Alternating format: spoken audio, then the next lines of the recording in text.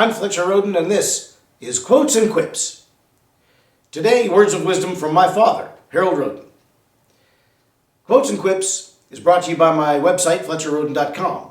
That's where you'll find links, such as those to my Amazon.com author page. It's where you can buy my books in their various formats, paperback, Kindle, and audiobook format.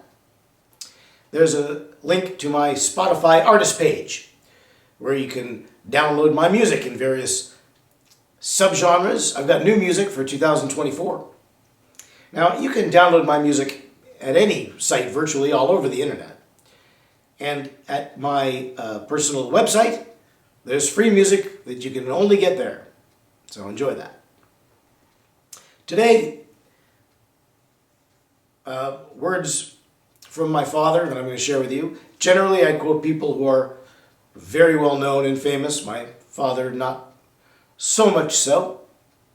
Great man, though, did a great many things. Said a lot of good things. One of them, he wrote in his book, High Stakes, which was a novelized version of the true story of his fighting the Howard Hughes will case in the 1970s. In the book, he writes of a good friend, Sam Mayerson. And he says this: Sam was a good friend. Whenever I asked him for advice, he didn't give me any. Sam was a good friend. Whenever I asked him for advice, he didn't give me any.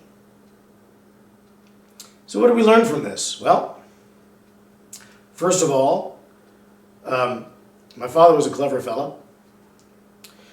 But what we can learn in terms of interacting with others is that, a lot of times when you're talking to a friend, they're not really looking for guidance as much as they are just to sort of vent and speak these things out.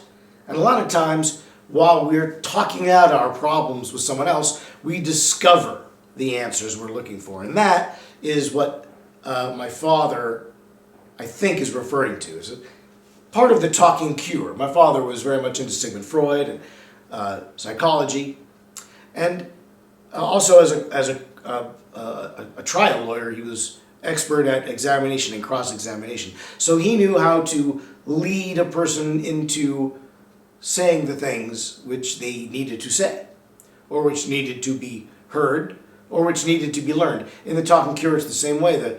The therapist doesn't give the answer. They help the client or patient to discover the answer.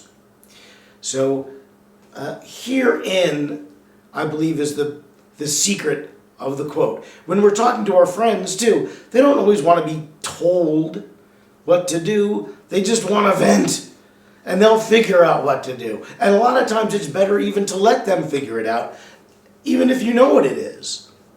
Let them discover it, because a discovery made is always going to be more coveted and impactful than a declaration that is heard. When people discover something for themselves, then it really becomes part of them. But you can say something 100 times, and it may soak in, maybe not, hard to say.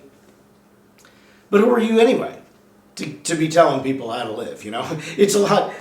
I mentioned once or twice on this show the biblical adage of removing the log from your own eye before you complain about the speck in your neighbor's eye. And I think when you're dealing with people, anybody who asks for advice, really, you have to be pretty cognizant of that. You are going to be pretty much sticking your finger in their eye at one point. Now, it isn't that some people don't need advice, and some people will ask you for advice.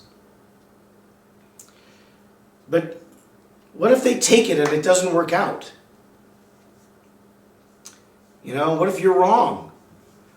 Like Bertrand Russell said, I don't want to die for my beliefs, because what if I'm wrong? So what if you're wrong and the other person has to die for your beliefs or suffer for your bad advice? I've always been pretty free to give advice, but now I gotta wonder if I wasn't overstepping my bounds. I'm happy to do that if someone wants to hear what I have to say.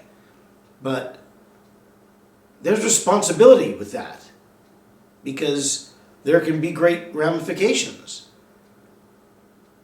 Likewise, taking people's advice is the other side of that. You know, just because somebody says it doesn't mean they're right, doesn't make it true, doesn't mean it's so, doesn't mean you should do it. It doesn't make them wrong either. It's not that everything should be automatically discounted because you're a lion and they're sheep. I'm not saying that. But not everybody can't be right. And you have to have the courage of your convictions. And, stick to your guns. But there's a balancing act, because you also have to, you should, I believe, be open-minded. Another great quote from this show, from Frank Zappa. Mind is like a parachute. It only works when it's opened. So, anyway, that's about all I have for this quote and my quips here on Quotes and Quips. But I'll have time for more next time. That'll happen Monday at noon, right here on this YouTube channel. In the meantime, you can watch the reruns. I leave them up. And you can check out reruns of my show from last year, Tracking the Lone Wolf, on its own channel here on YouTube, Tracking the Lone Wolf.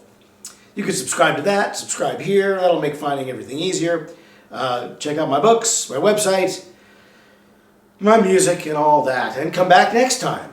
And until that time, bye, Mary.